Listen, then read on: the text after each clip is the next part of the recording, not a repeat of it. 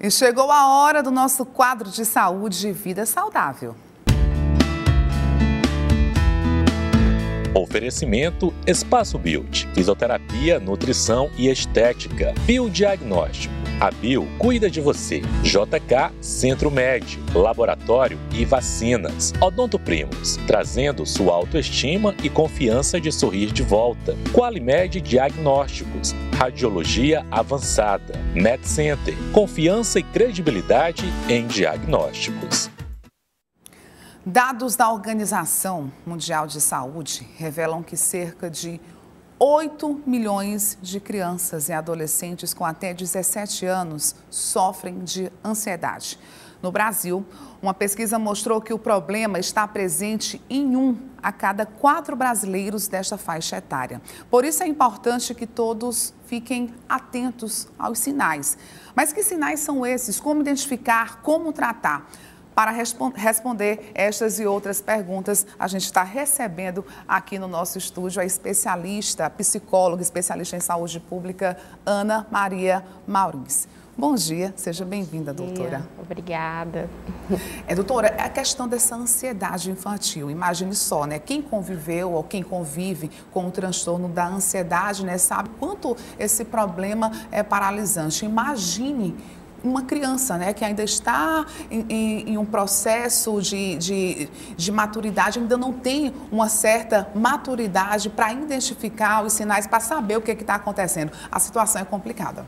Sim, inclusive quando a gente fala sobre a ansiedade no Brasil, né, o Brasil está ocupando um ranking que são dados estatísticos maiores sobre a questão da ansiedade. Então, nós ocupamos o primeiro ranking mundial. É um dado alarmante para que a gente possa entender, né, os nossos modos de vida, como a gente tem cuidado dessa saúde mental. Principalmente para a criança também, né, que muitas vezes é negligenciado todo esse cuidado em relação à ansiedade. E aí a gente pode até entender essa diferenciação também, né, da ansiedade até o momento que ela é normal, comum, para quando ela se torna um transtorno de ansiedade. Porque no caso a ansiedade ela existe a questão dos níveis. Ela até um certo momento ela é considerada benéfica, não é isso, doutora? Isso, a ansiedade ela é uma reação normal, natural do nosso corpo, para a nossa vida.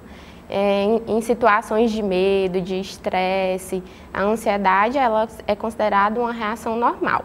A partir de um determinado momento que essa ansiedade ela passa a ser persistente, o grau de continuação desse sentimento, né, se ela vai se tornando mais grave, mais persistente ao longo da vida dessa pessoa, é que vai fazer com que a gente observe esse diagnóstico em relação ao transtorno de ansiedade. A senhora pode citar exemplo a respeito dessa ansiedade normal para os pais que estejam em casa não se preocupar? Sim, a ansiedade normal, considerada natural, é aquela ansiedade quando tem uma situação esperada, né? Ah, vou viajar, tá chegando o feriado, vou viajar, vou ganhar um presente.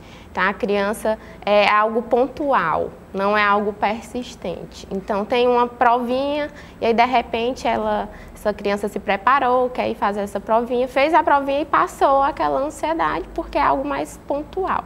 Então é necessário observar a persistência ou não dessa reação de ansiedade. Se for algo pontual, em situações como essas, esporádicas, esperadas, né? Como, por exemplo, uma viagem, um momento de ir ao shopping, uma brincadeira, é natural, normal, comum essa questão da ansiedade. E a partir de que momento se preocupar?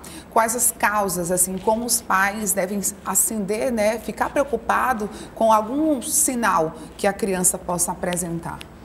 A criança, ela começa a apresentar sinais e sintomas, né, em relação a situações do dia a dia, situações de reações emocionais que ela vai sentindo. Então, a escola também tem esse papel muito importante de notar esses sinais Então, quando isso vai se agravando, no sentido de que vão ocorrendo alterações que vai dificultando situações que anteriormente poderia ser natural na vida daquela criança, como ir à escola, como estar na ausência dos pais, realizar tarefas que ela realizava antes, sem ter tanta sintomatologia. Então, a partir desse momento que esses sintomas vão se intensificando. A senhora pode falar desses sintomas? Sim. Então, alguns desses sintomas são alteração de sono, alteração na alimentação, pode ter também um decaimento da questão da queda do rendimento escolar também, o isolamento social, que em casos mais graves vão acontecendo, e geralmente essa alteração de humor também, né, a irritabilidade ou apatia. Então, são alguns dos sentimentos, das reações, sinais e sintomas que essa criança pode estar ocorrendo na vida dela, atrapalhando, né? Então, o transtorno de ansiedade, ele passa a atrapalhar a vida dessa criança, quando tem principalmente esse isolamento social, na escola também essa queda desse rendimento, são alertas em que os pais, os professores podem estar tendo para realizar um cuidado. Doutora, inclusive a gente tem pergunta da população, a gente pode conferir agora uma pergunta de um telespectador. Vamos acompanhar agora aqui na tela essa pergunta.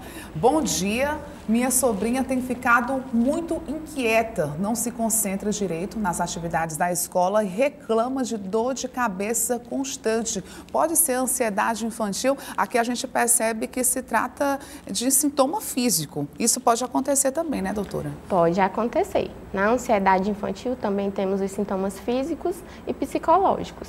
Como ela coloca, né, nessa situação, a dor de cabeça, a dor de barriga, né, a criança começa a apresentar mais esses sintomas, a inquietação, a irritabilidade, que é essa alteração no humor. Então, pode, dentro de um contexto, como já falei anteriormente, dentro desse contexto de persistência, de recorrência, pode estar sendo avaliado para que possa entender essa questão da ansiedade, do transtorno de ansiedade nessa criança. E para os pais buscarem essa ajuda, né, para ajudar essa criança. Qual profissional? Porque a gente sabe que tem um psicopedagogo, tem um psicólogo, tem um psiquiatra, né? No caso, tem sintoma físico, tem o pediatra. Qual profissional recorrer nesse momento? É um trabalho que é realizado de forma, né, multiprofissional. Então, para fazer esse levantamento, esse diagnóstico, pode-se procurar o psicólogo clínico, né, o psiquiatra, o neuropediatra, o psicopedagogo também pode estar auxiliando nesse processo. Então, é um trabalho multiprofissional e intersetorial também, quando a gente fala assim da escola, nessa observância, nesse trabalho, né, de observar esses sinais e sintomas. Esse cuidado, ele perpassa pela saúde, pela educação, pela família, né? O núcleo familiar é muito importante nesses cuidados, através da psicoeducação, para estar atuando junto com essa criança que, de repente, esteja enfrentando esse processo. Só para finalizar, doutora, eu queria que a senhora falasse a questão do papel da família, né? A gente falou da questão do acompanhamento, né, das sessões com esses profissionais, mas qual a importância, qual o papel da família, né, com essa criança dentro de casa? A família, ela tem esse papel muito importante, né, no desenvolvimento dessa criança. Então, é importante essa observação desses sinais, desses sintomas.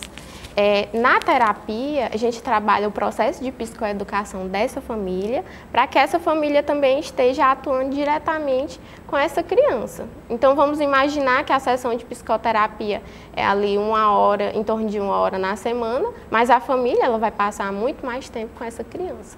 Então, tem todo um processo de treinamento de psicoeducação com essa família, para ela estar também atuando com essa criança. Nesse cuidado, a questão da atenção, da empatia, do entendimento, da abertura para a fala, para a escuta dessa criança, faz com que esse processo ele seja mais assertivo, mais efetivo nesse cuidado com a saúde mental da criança. Ok, a gente agradece pelas suas informações, pelos seus esclarecimentos no nosso quadro Vida Saudável, que hoje a gente abordou a respeito da ansiedade infantil e a gente conversou com a psicóloga e também especialista em saúde pública, Ana Maria Maurix. Obrigada.